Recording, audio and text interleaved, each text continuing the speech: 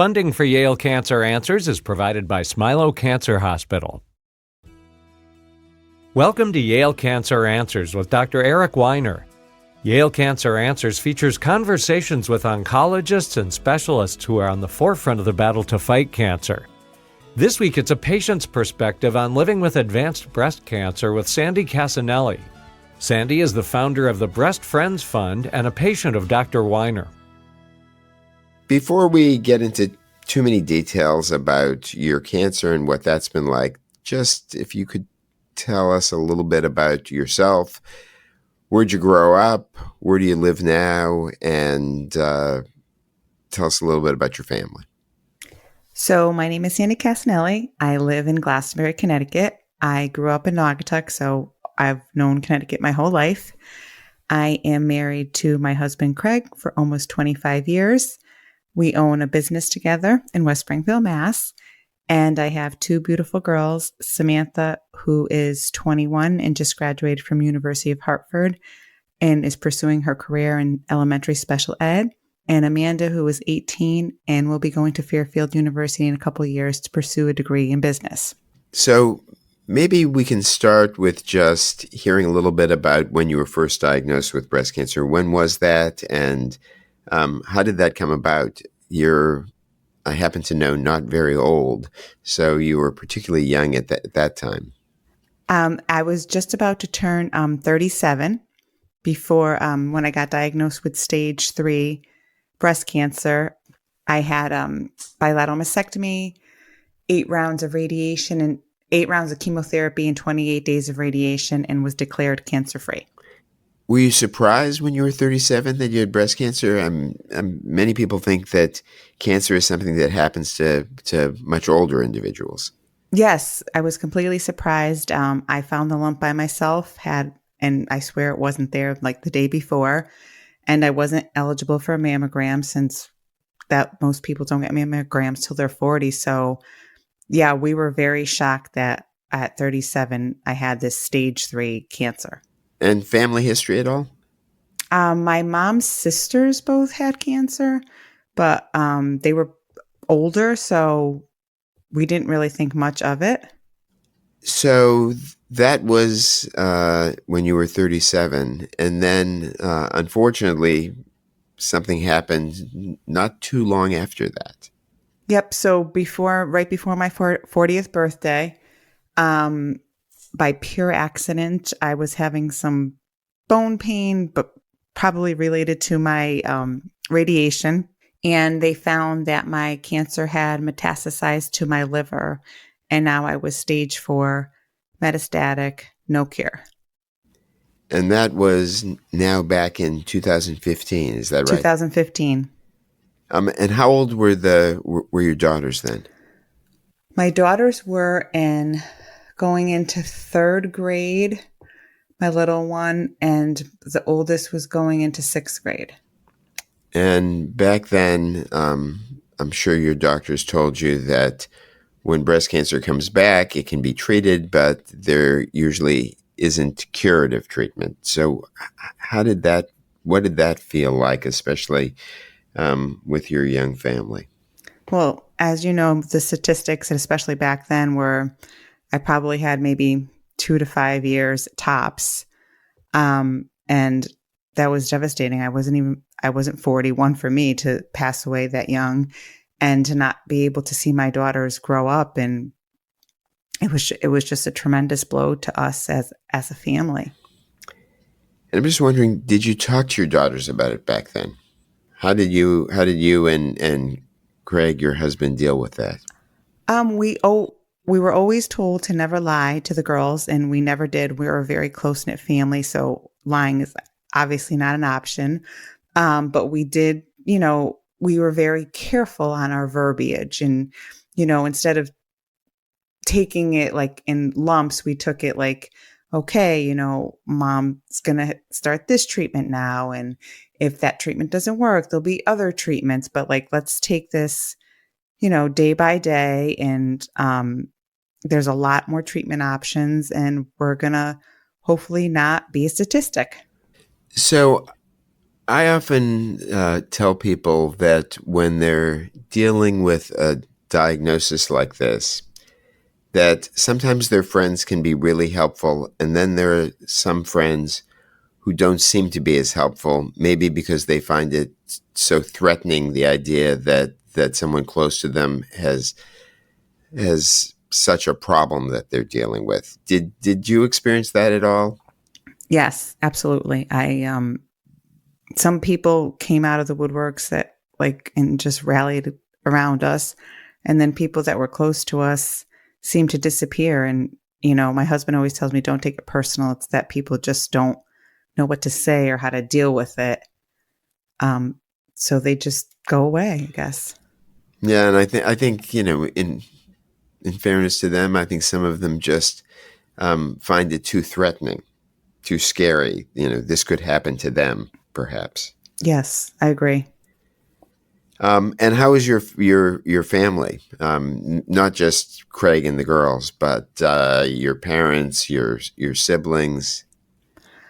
As a parent, it's devastating for my parents to think that I have a terminal illness. So it's really, really hard on them. But they have great faith, and they see that I'm doing really well. So it keeps them, faithful that things are going to be well. And I'm not brutally honest with them as all the time. So I like to protect them a little bit, but, yeah, they just keep their faith, and seeing me do well keeps them going and hopeful. So tell us a little bit about this this trip you've been on. I don't really like the word journey, but your experience living with cancer and all the some of the twists and turns. I don't expect you to tell us about all the twists and turns. The first couple of years were pretty, like, I hate to say the word easy, but kind of compared to, as I started this journey, I was on an oral med for 3.5 years, and life was kind of normal. Nothing, changed much for me. So I was like, oh, wow, this is pretty good. I can handle And this. I'm sorry. I can handle this, you thought. Yes. And then things stopped working, and And we can I went just on to ask, during that time, um, were you somebody who was, every time you would open a newspaper and read about cancer, were you, taking in all the details? Were you, if I can be direct, reading obituaries and trying to figure out, who had cancer and who didn't? um I had a very huge network of friends who are metastatic, and every time I lost someone, there was probably about 20 of us when we started this journey. Um, and I think I'm down to like three. It's a blow in the gut. When am I next? I try not to think that way because it's not going to help me or my family or anybody, but it's hard. So I guess you didn't have to read the obituaries because you surrounded yourself by people who had a similar problem. Yes, which is good and bad. Good when we're helping each other through the symptoms and cheering each other on. Horrible when one of us loses our life. It reminds me a little bit of my 92-year-old father, who complains about the fact that many of his friends are no longer, except the big difference is he's 92 and you were 40, 41, 42 when all this was going on. Yes, I've lost many friends, from some who just barely turned 30, 40 to young 50s. So very young. Yeah. So when did it get harder? You were on oral medication initially. You felt like you sort of had it, although you were aware of the statistics, as you put it, and you had these friends who weren't always doing so well. But for you personally, in terms of treatment, when did it get tougher? When my treatment started to fail, and I was rifling through them every 3 months. And they became more grueling. I was no longer taking a pill. I was sitting in infusion centers. I was trying clinical trials. They were taking a toll on my body, my mental health, my physical appearance. And then to just have failure after failure was really, really hard. And, in spite of that, my impression is always you tended to be somebody who put on a big smile and just carried on with your life. Throughout all of this, you've exercised, you've worked, you've raised your daughters. How hard has that been? It's hard, but watching them grow up into who they've become and seeing, even though this has taken a toll on our family, it has brought us so close that it gives me strength. I have to, there is no time to lay down and feel sorry for myself. I have to get up. I have to be strong. I have to be healthy. I have to live. I have to keep moving. I need to be here for them.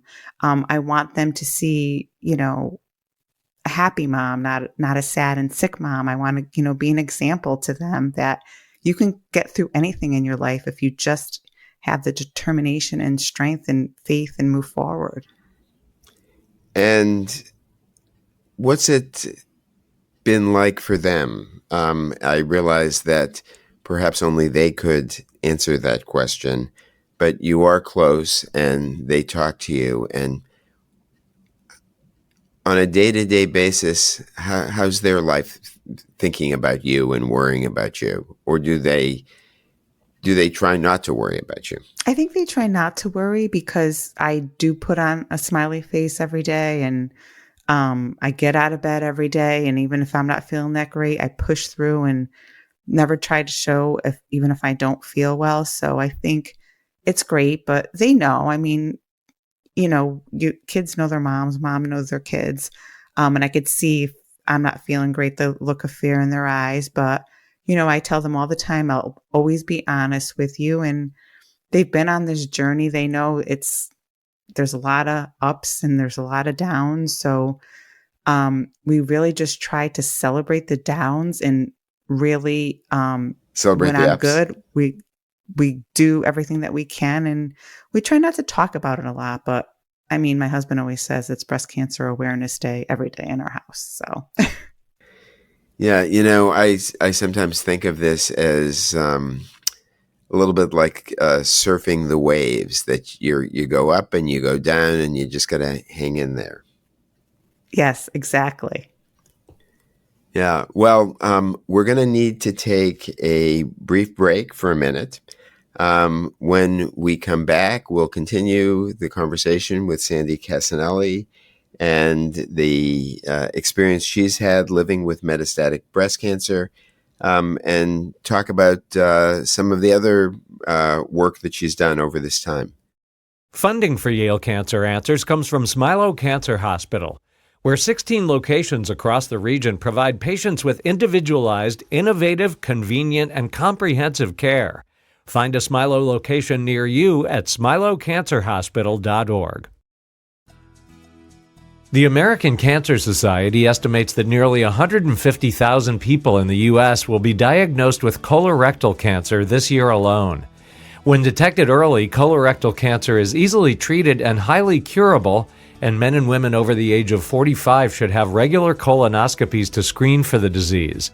Patients with colorectal cancer have more hope than ever before thanks to increased access to advanced therapies and specialized care. Clinical trials are currently underway at federally designated comprehensive cancer centers, such as Yale Cancer Center and at Smilow Cancer Hospital, to test innovative new treatments for colorectal cancer. Tumor gene analysis has helped improve management of colorectal cancer by identifying the patients most likely to benefit from chemotherapy and newer targeted agents, resulting in more patient-specific treatment. More information is available at yalecancercenter.org. You're listening to Connecticut Public Radio. We're back with Yale Cancer Answers. This is Eric Weiner, and my guest tonight is Sandy Cassanelli, who has been living with advanced breast cancer for pushing a decade now. And we're hearing from her about her experience over the course of these years. So we were just talking about your daughters and how they've coped and continued to live their lives in spite of your illness, and how you've helped to make that happen. How's it been for your husband, Craig? He carries a huge burden on his shoulders. You know, we are partners in our business. So that's, hard for him. If something happens to me, then he has to figure out our livelihood all over again. And, he doesn't want to think about being a single dad, to two girls. Um, he does well because I do well, but he also, I see the look on his face, and it's a lot. To just, to try to be strong. And when things are good, it's good. But when he sees that things aren't great, he starts to get nervous. And, but he does a good job of staying strong and just being a support to me and the girls. Yeah, no, I'm sure that he does. He makes a major contribution in terms of keeping you strong. Absolutely. And, I think that one of the things we sometimes forget is just how important having the support of our families and friends are when you're dealing with something like this. I don't know how people do it if they don't have a support. I really don't. I think that those are people who, as doctors and nurses and other people who provide healthcare, we have to pay a lot of attention to. So over these last several years, you've been on many different treatments, and some of them have worked and some of them haven't worked. And how's that been? And how do you pick yourself up after something stopped working and have the energy to go forward? So I have been on 16 different lines of treatment. Some I've been very happy to say goodbye to, even though it's sad to say goodbye. It's hard. For a long time, I've always been faithful, but not the faith that I have now. I couldn't keep riding the roller coaster anymore of the ups and downs. So, one day I was like, okay, God, I just can't keep doing this. I'm giving it all to you, and it's your will, not mine. And that's how I do when if a treatment stops working, I'm just like, okay, God, you have a better plan. It's your plan, not mine. And my faith gets me through it. And I'm so thankful that I do have it.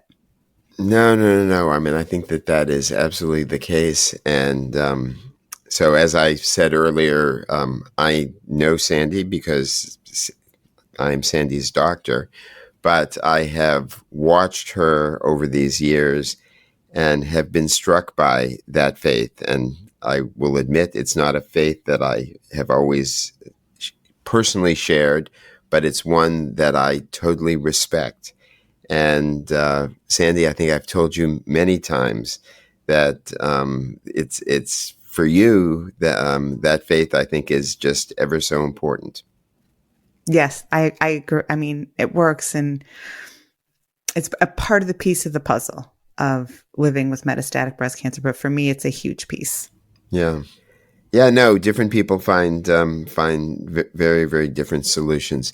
So let's talk about something else you've done, which I think is pretty remarkable, and that is some of the philanthropy you've been involved in. And now, probably for close to a decade, maybe a little bit less than that, you've put a lot of effort into trying to raise funds for research related to metastatic breast cancer. How did that all start, and what does that mean to you?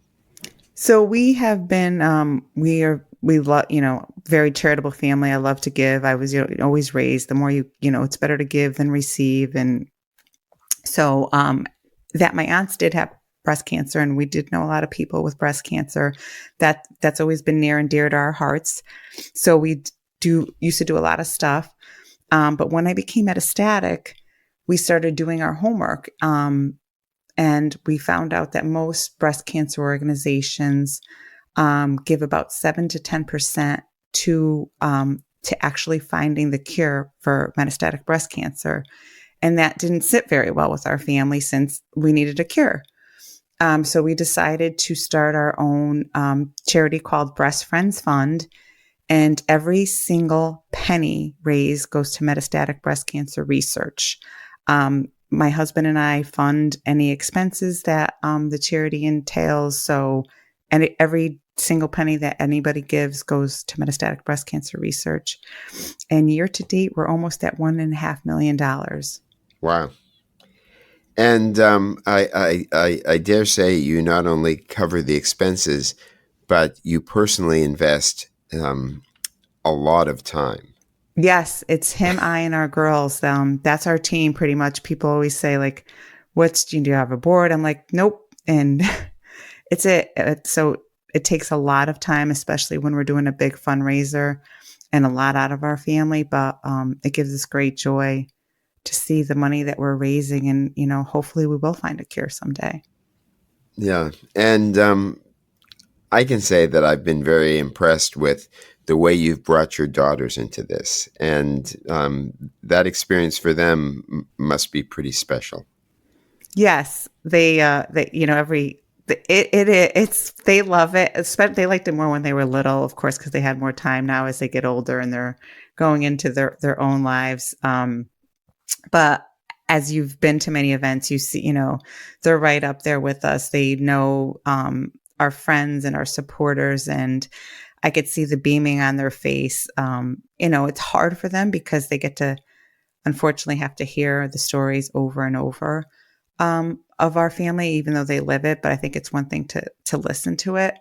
But yeah, and I've seen them like give back to other things in life by watching and being more empathetic or reaching out to someone whose mom was diagnosed, or wanting to help other kids that have parents with cancer. Well, you never would have chosen to have breast cancer and develop metastatic breast cancer just to have your kids grow and experience sort of a different a different life than they might have otherwise. But I do think it's fair to say, and I'm sure you've thought about this a lot, that your children are different from a lot of other children because of what they've gone through with you. Yes. Honestly, I wouldn't change my diagnosis for anything in this world. Yes, I wish I didn't have, but I feel like it's just made me a different person. It's made my husband a different person, my girls, and our family. Like, we don't take for granted the daily time together or how we live our lives, or the things that we do. I feel like it's a gift. It just might be nice to get to that place without having to go through what you've gone through. Correct, but it's okay. Yeah. No. It's a remarkable way of looking at it. And so maybe you could provide a little guidance for people listening, how you manage to walk through life, on the one hand, being hopeful, because I know you are hopeful, and on the other hand, not burying your head in the sand. I think you just have, if you try to forget, and I know it's hard that you have this disease, but I feel like keeping busy, if and I know some people with this disease are very ill. So I'm not broadening it, and that they can't get up and go to work and they can't work out.